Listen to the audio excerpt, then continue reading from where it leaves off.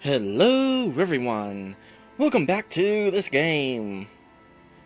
When we last left off, we were quite in the middle of this conversation here with Boles, the guy on the left holding the harp, and Tetsera, who is the lady on the right. So, let's see here. We were just told that there is a fleet called... Oh, what was it called? Raiders of Leviathan or something like that? I know it wasn't Raiders of Leviathan, but it was something of Leviathan. And it was a fleet of ships that apparently got attacked and is headed by somebody named Captain William. So those are definitely things that are going to be of importance in the near future. I just wanted to say that your skill in healing is quite amazing, Tessera. Almost all of the physical pain I have been feeling from the fights we had gotten into on the road leading here is already fading. Please don't think that is any small talent that you possess. You alone will be able to make all the difference between life and death for an Elvenian one day. Thank you, sir. But I must humbly admit that my powers still pale in comparison to the actual arcane art of healing that Grandfather always said was once wielded by some elves and many humans of the lone village of magic called Kalinka in a time quite long ago. Oh yeah, I remember Kalinka. I've been there. And by that I mean we haven't been there yet on this journey. I remember reaching that point in the game when I attempted this game before. Modern medicinal science still cannot come close, I'm afraid. After all, as wonderful as it is for someone like me to be able to ease the physical suffering of other living creatures, clerics still are not able to stop people from dying. If only more of us could be blessed with such powers by the goddess, but alas, it is as though the goddess herself is losing the power to bestow so many blessings as she once did. White magic is almost completely gone from the world now. In fact, I believe that there are only 2 beings remaining in all of Elvenia who still possess such a blessed talent, but not many know of their whereabouts. So... some Elvenians used to possess the ability to heal others through magical means, even to the extent that people could be brought back from death? Amazing. Well, no, I do not believe that white magic was ever able to actually be able to bring anyone back to life, but it could cure almost any known illness without delay, and even save some who came very close to death. If only such powers had never passed away from this world, then Elvenia would surely be plagued with so much less sadness and horror. And yet, the existence of those 2 white magicians I earlier mentioned continues to remain hidden from the knowledge of many. It is very unfortunate. The only magical powers known to be around anymore are those of the destructive or manipulative kind. And even then, there are very few Elvenians, aside from myself and the people of Kalinka, who can still wield those powers to any degree. Magic seems to be disappearing from the world altogether, really. And worse yet, it would now appear that us few mages who remain may actually soon be forced to raise our spellcasting hands against a fellow creature of this world for the first time ever. Even if they are monsters or demons who threaten us, they are still living beings themselves, and I pray that I never have to face the possibility of becoming the cause of another's demise, even if I am fighting only to protect myself or someone else. Sigh. It was not too long ago that words such as hatred, mistrust, chaos, or death could not be found within a single Elvenian's vocabulary. Really? Not even death? I mean, people do die, regardless of war.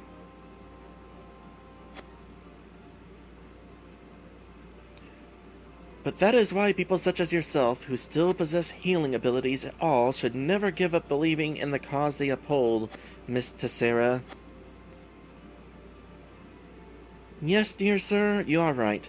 I am grateful for the attempts that you and your friends are making to bolster my spirits. We must always stay hopeful for supreme happiness to return to our world, no matter what, right?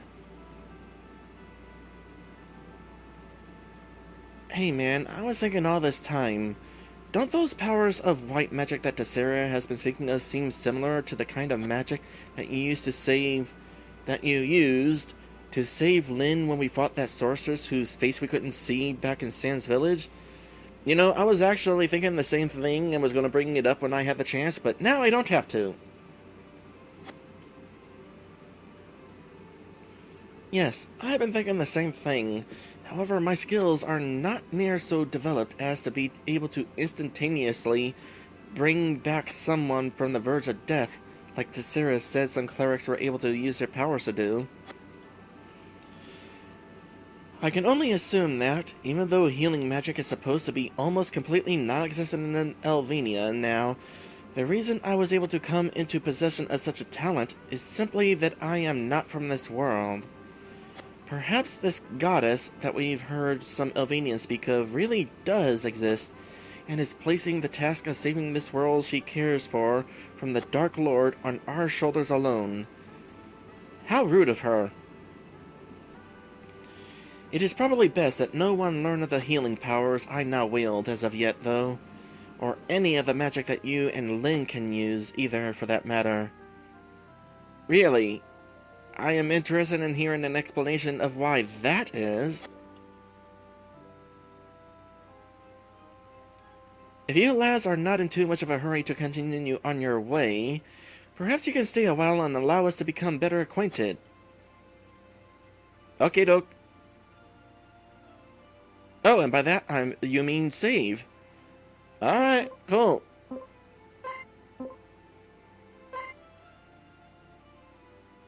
It has been a while since I saved.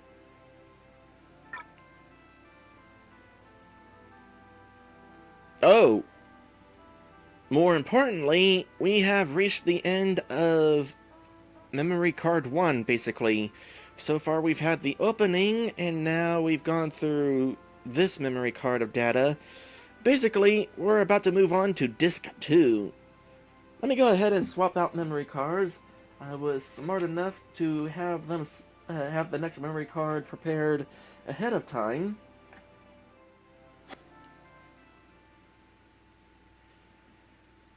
By the way, an interesting choice of sound effect for progressing messages, I gotta say. I kind of wonder if that's supposed to be like a page flipping sound.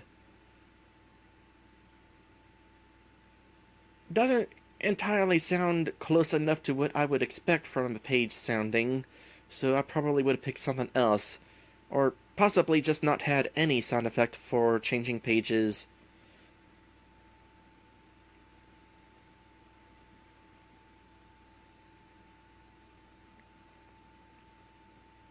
Oh wow, I just got a fresh glass of water during that last episode break, and it is already halfway empty. To get another glass of water during the next episode break. Oh, I hadn't noticed that night has already fallen. The elves have gone back into the forest now. Sorry to have kept you all for so long. You should hurry on to the Admiral's Pier. Farewell for now, my friends, and good night.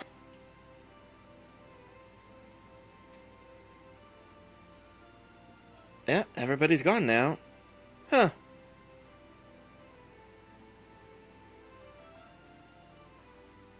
Anything else? Good luck to ye. Well, at least you talk like a dwarf.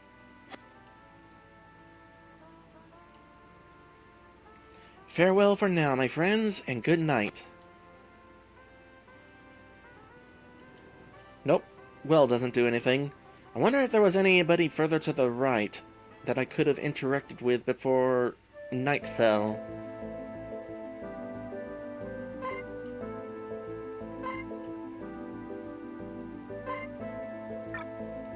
Willie's Pier. I would not want such a nickname. Now, do I want to head in there right now? I don't see why not.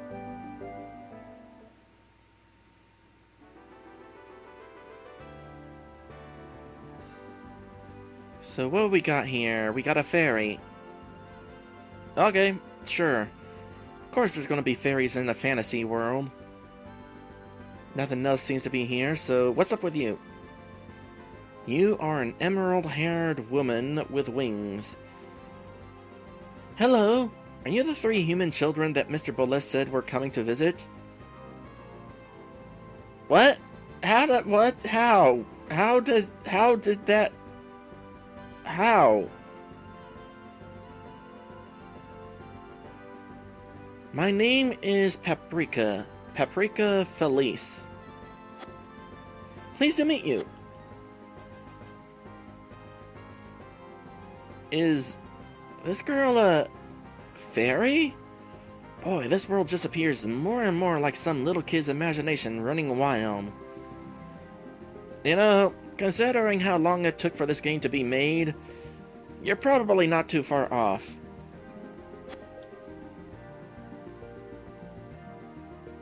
The emerald-haired woman with wings says with a laugh, Mr. Poly-Ester did mention that you all might be a bit shocked at my appearance when we would meet, seeing as how you are new arrivals to this world and all, so I will try not to take offense to that.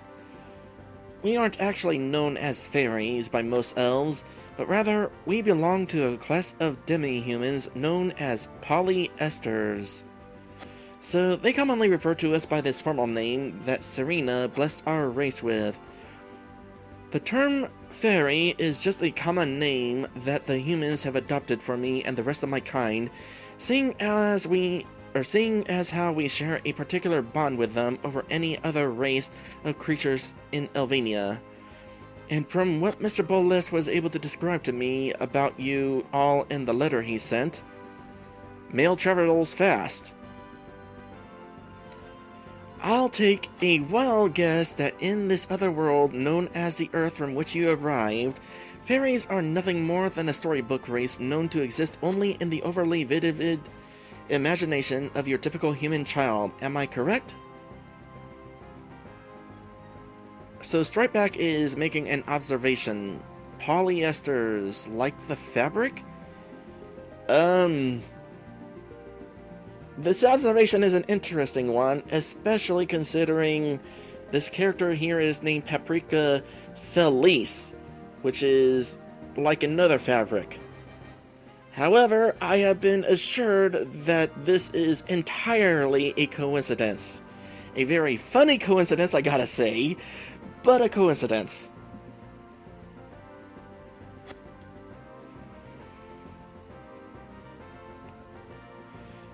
And the journey across this world just gets stranger. Hehe, I will take that to mean my guess was a good one. What was the term by which the elves referred to you again, Miss... I'm sorry, what was your name again, milady? It's Paprika, sir. And please, you need not be so formal with me. And that was Poly-Esters, as we are classified. It's sort of what scholarly folk might call the taxonomic name for our species. Okay, what's the layman's terms for your species? Poly-Esters? In the field of chemistry, isn't that a term, Dusk? So it is. It's rather strange that the same name would be given to Paprika's kind, but somehow Poly-Ester still sounds fitting for a girl such as she. Okay, I'm curious what you are talking about. Well, sir, that may be true in the world you come from, but here in Elvania, the term Poly-Ester translates into the form of a proverb. Ooh, I want to write this down. This is going to be interesting for me to know. Poly-Ester Wings sprout when one cannot reach with her own hands far enough upwards to the heavens for help. So you're telling me those four little syllables, Poly-Ester, translate into all that? Oh, or more simply, many wings.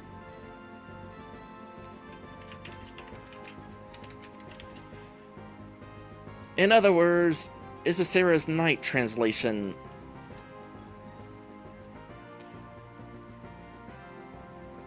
Which, as you can see for yourselves, certainly makes it an appropriate name for us fairies. Therefore, laugh. Yes, I suppose you're right. Still, that's quite a deep translation.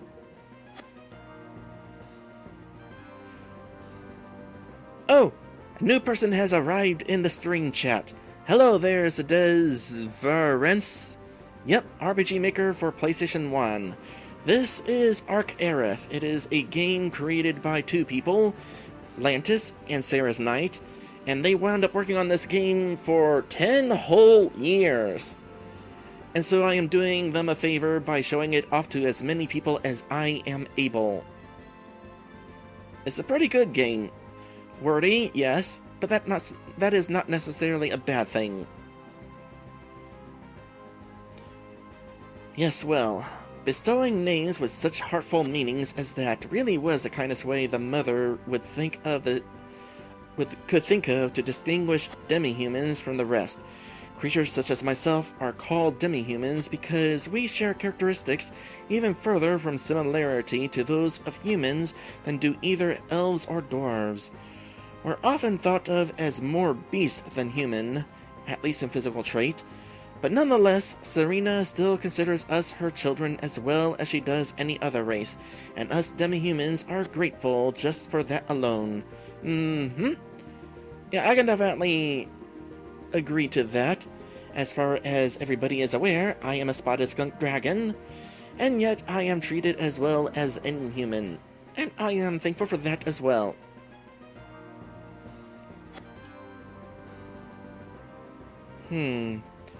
So that's the story on the Elvenian demi-human race.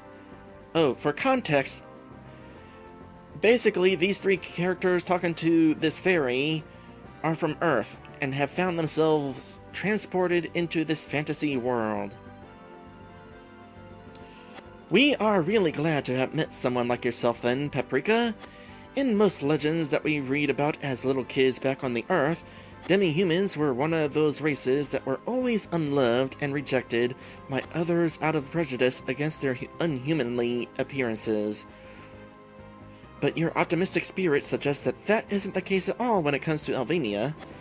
The elements of fantasy really do come to life once one crosses the stars to this world, don't they? Your optimistic nature is a reassurance to other Elvenians in darkening times like these, I am certain, my dear. And Paprika is such a beautiful name. Please don't ever think of bearing it with any disgrace. Oh, why, thank you. I've never quite been praised in such a way as that by a human before. Well now, Giggle, I am certain that I will fondly remember you by at least those words for a long time to come, if nothing else. How kind of you to say something like that, sir. If my loyalty did not already belong to the good Admiral, then I would surely give to you my solemn oath to faithfully stay by your side for all the rest of your days this very moment. Wow, this girl really is something, isn't she? Dusk makes a nervous laughter. Really, Miss Paprika, I am flattered that you would swear eternal fealty to me like that so willingly, but I really did not mean it that way. Hehe. I'm sorry, my dear sir. I'm sorry, dear sir. We little people tend to become very easily attached to humans and elves if they are willing to befriend us. That's okay. I would totally be friends with you. So, Does your name mean anything in particular along with your race? I am just curious, since a lot of the Elvenian words we've heard incidentally seem to translate into something in clear English, our own language. Oh, my name personally?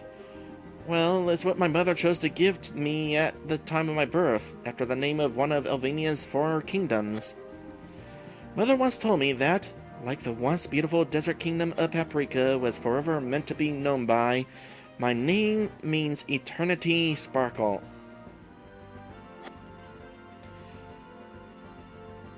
But not only has the sparkle of the nation of Paprika long since faded away, sadly, my name also appears to hold meaning for the Poly-Ester race as a whole, not just for me alone. Why is that? How does the meaning of your name describe all fairies in general? Oh, that's right. I could not expect strangers from another world that does not even believe fairies exist to be able to know about that. I know this may sound unbelievable, but in truth, the Poly-Esters are the first race that Serena ever created and put on Elvenia, and we fairies can live for thousands of centuries longer than humans, elves, or dwarves do. We're kinda like Serena and other celestial beings in heaven in that we have immortality here in this world. Only we can still be killed at the hands of another through physical harm, just like any other mortal. It is simply supposed that we cannot die from old age. Well, that's pretty handy. I suppose if I was, like them, I could live forever, so long as nobody tried killing me. I would live in hiding for all time. I would also try to hide in hiding for all time with a friend, hopefully, who could also live forever. It would get lonely otherwise. You mean that fairies have been living on this planet since the beginning of time, yet they are theoretically meant to live until the very end of Elvenia's life, no matter how far into the future that time might be? How is it then that you are only the second fairy who we've come across in Elvenia so far, when we've already journeyed over half the continent? The second?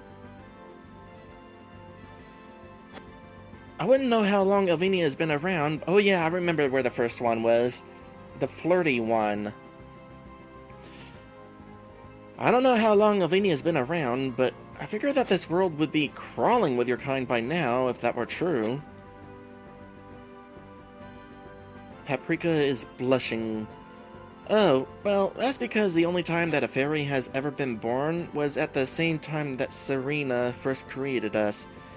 Fairies do not create new life through reproduction, you see. Oh. So, does that mean you don't have any genitals? It had to be asked. The time when I was considered a little girl was at the very beginning of creation.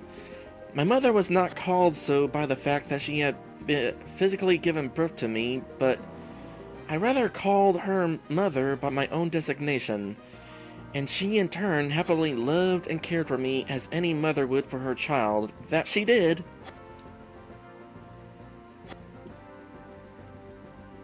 Huh.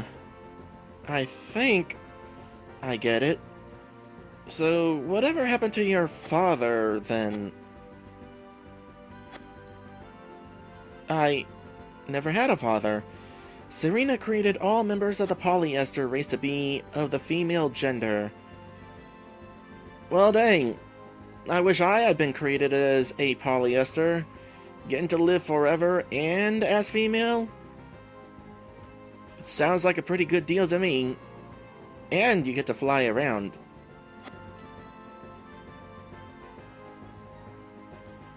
I understand now. Still, the name that means Eternity Sparkle does seem to fit you in that case, Miss Paprika.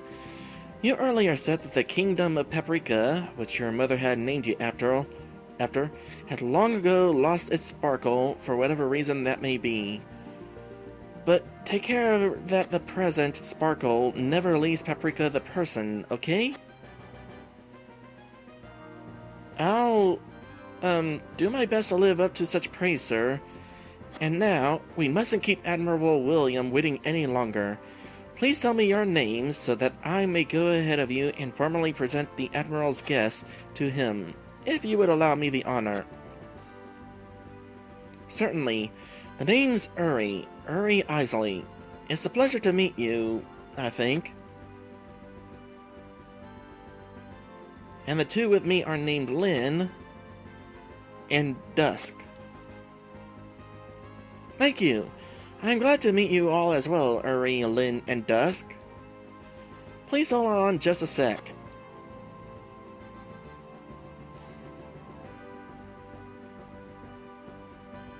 Paprika is calling. Oh, Master! You have guests! Mr. Bolus's friends from the other world have at last arrived.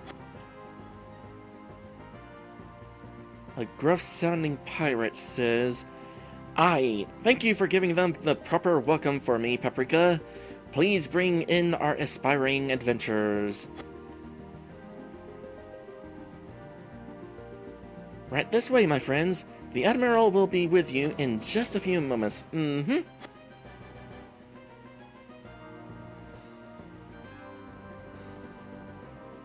says in an undertone, "Hey, was I just hearing things, or did Paprika just say, at the end of her sentence?"